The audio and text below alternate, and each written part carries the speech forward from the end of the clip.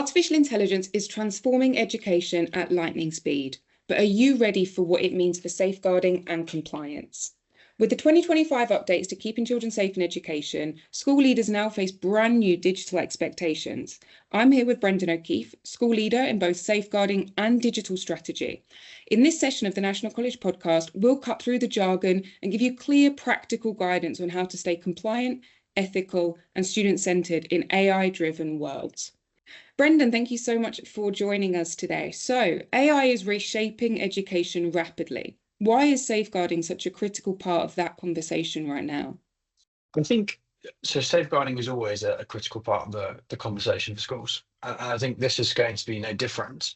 I think the reason there's a sort of heightened concern here is there's a huge amount of sensitive student data. So that could be academic performance. It could even be biometric info, depending on the school, attendance, behavior. So there are all these kind of data points. Schools are, of course, one of the biggest and most important data controllers out there, given all of that. And I think these two things together, the sort of extremely sensitive data, and then the degree to which it's being accessed by these particularly large language models, generative AI, which run off this data. That's how they give these answers that seem really prescient and smart. I think there's a key kind of safeguarding concern there.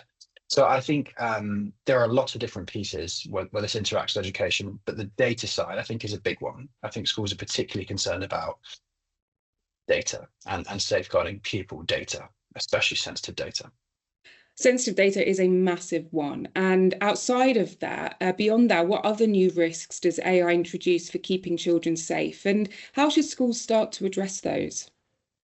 So there's a lot that could be unpacked here. I think when we think about models, so generally speaking, when people discuss AI, there's lots of different components, but for the purposes of discussion, especially the pieces that the DFE have put together, they're often talking about generative AI. So large language models, and there's a lot that can go wrong there. So models, well established now, they can hallucinate. So the answers that they give can just be factually incorrect. And often that's because they're driven more to give an answer than to give the correct answer, which is an interesting thing to bear in mind. There's what's called jailbreaking or prompt injection. So this is pupils essentially finding a way to have the large language model give them answers it otherwise would have filtered, which is quite interesting. And students are increasingly savvy and they're all using these tools, especially in secondary school. A lot of them are accessing these. And I think there's a lot there, particularly about misinformation, disinformation. This has all been defined a bit more clearly in KCSIE, and that's interesting too. And there's a drive, especially in the generative AI space, for these platforms that provide these tools to gather more data, because it improves the tools essentially, or it makes them give answers that seem better. The problem, of course, is that this increasing kind of interest in memory retention, so keeping everything that's being shared, means that as it gets better and more tailored to the user, there is a concern there about emotional reliance, and people relying excessively on AI tools. I think children are kind of ones where this is a really big worry. And this is in many ways just a continuation of the kind of Googleification trend. So up until now, someone might have said, if they weren't sure about something, I'm going to Google it. I wonder how many people turn to one of these large language models now. I suspect a number. Yeah, it's a very interesting point. And you mentioned there that KCSIE has made it clearer as to what some of those safeguarding risks are, especially when it comes to online safety. So speaking more about that, what are the key safeguarding changes in KCSIE 2025 that school leaders and safeguarding leads need to know, particularly in relation to AI? KCSIE this year was interesting. So if you'd asked me a year ago, even 2 years ago, perhaps, if I were to predict what would be in with regards to AI, I would have predicted more than there actually was. So I'm a bit surprised there's not more. What is in there is they clearly account for generative AI, so that's specifically named in there. And they talk about essentially having a robust filtering and monitoring policy with that in mind. I think all schools at this point should have a robust filtering and monitoring policy anyway, but there's some specific stuff about generative AI. They also talk about risk assessment for AI tools. I think this is, again, from my perspective, I've been saying for a long time about AI risk registers, AI technology risk registers. I think these are a really good idea. Essentially, this is explaining if you're using artificial intelligence in your educational establishment, what's your risk assessment for it? How do you know what it does, what it doesn't do? Where's the data going? Who has the data? Those sorts of things really matter. It talks about disinformation, as I mentioned, misinformation, conspiracy theories. These will come up a bit more. And to some degree, these might tie in again back to AI, purely because of, if we think about the hallucination point earlier, again, perhaps unintentionally, a large language model might provide misinformation, disinformation, either because it's hallucinating or because of the data pool it pulls from. So whatever it's learned off of is what it's going to provide answers based off of. And as we know, there are parts of the internet where disinformation and misinformation is rife. So that's another thing that I think, is quite important in KCSIE. And then they also talk specifically about the generative AI product safety expectations they laid out a bit earlier on. I think it was this year. This is an interesting one, and I think that this is one where schools need to be careful, because there's a balance here that they've initially suggested, but I suspect maybe won't play out this way in practice. So they've said essentially that schools will have their internal filtering model, and that should be catching lots of things, which is fine, as it should be. They've also essentially suggested that there are, and I quote, I think it's additional filtering models that should be in place for things like generative AI beyond what's already internal to them. And that's quite open-ended. So I think the concern I would have there for schools is, I would think very carefully about, are you, again, this is almost an verbatim quote, but something like, are users effectively and reliably prevented from generating, or I think it's accessing, harmful and inappropriate content? I suspect that will fall on the school. So in this document, the generative AI product safety expectations, it suggests it's mainly for the suppliers of these tools. I suspect schools will be expected, actually in practice, to ensure that even if the supplier hasn't done these sorts of things, they've checked it in a risk assessment, for example. So I think that's quite interesting. That's a massive additional challenge on top of, I think, what is expected safeguarding wise anyway. So how will this shift in focus change the day-to-day responsibilities of safeguarding leads? I do think that this essentially is that I would take a lot of this as being a canary in the coal mine for this is where we're going. So I do think that if DSLs, safeguarding teams, DDSLs, I think if they're not already looking to be really confident in the digital space, they should be, as I think increasingly their role is there.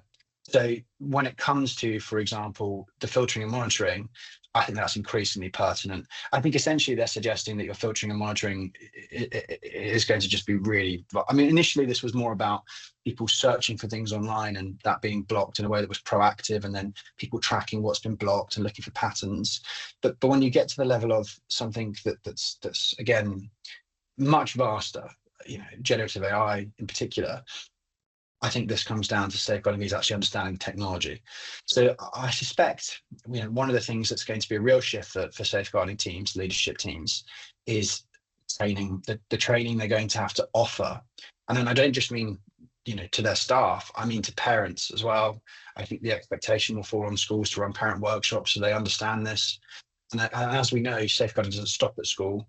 It actually carries on to the home as well. And again, even if you're doing all these filtering and monitoring things in school, if you're not giving parents the tools, then this is all going to come up at home and it will feed back into school life. So I think they're going to have to become very good at training parents, pupils, staff on the risks and on the strategies that they've got in place and how to use it safely. I think that's going to be really interesting. That's a lot of work. Yeah, and so talking a little bit more about those duties and responsibilities beyond the safeguarding leaders there, how do these new expectations impact staff conduct and the professional boundaries that educators must maintain when using AI? Yeah, that's a really interesting question. So I think you've got, at this point, you have a kind of, you could split the way it's being used, you could split into what's above board and what's below board. And then when we come to staff conduct, I think that matters in the sense that my position generally is that schools should probably try and get everything above board. So I think it's relatively obvious. And I think that the census data on this, whatever it is and wherever it exists, I'm sure I've looked at it, essentially shows that everybody's using this. So there's a majority of people in schools who are beginning to access this. So it's going to become widespread, far more than it is now. The question is, do you define how people should use it or not? And when it comes to staff conduct and professional boundaries, again, the best way to do this is to ensure that you provide guidance. So here's the staff guidance. This is how we expect to use it in school. This is how we don't want you to use it in school. Are you going to have them use it for marking and feedback? Just clarify that, because otherwise, the temptation is to do it. Understandably, if there's something that can improve your workload, why wouldn't you do it? But again, define what you're happy with. Do you want staff drafting emails using this? Do you want staff to be writing reports using this?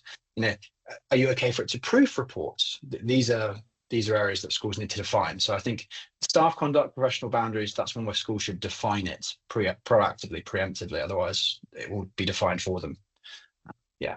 I think that's a really interesting point, because when it comes to AI, people rarely know to what extent it's acceptable to use it within their professional setting. So if those boundaries are set, it makes for a much clearer path with using it and knowing when not to. So looking a little bit wider, what are the biggest hurdles that you see schools facing when trying to align with these new duties? So there's probably two bits I've already mentioned, which I'll just come back to. The first is developing the training. So, I think that as and where you can, one thing that you can do is delegate some of that training to platforms like the National College, who will have a lot of things laid out already, especially when it comes to statutory guidance.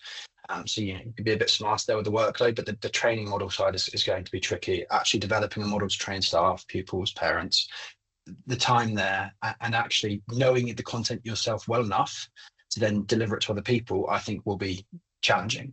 The second one, which I've already sort of alluded to, is I think that the safety guidance around generative AI tools, again, for me, it doesn't define things clearly enough. And I suspect schools are going to end up being the ones who are actually the ones ultimately responsible.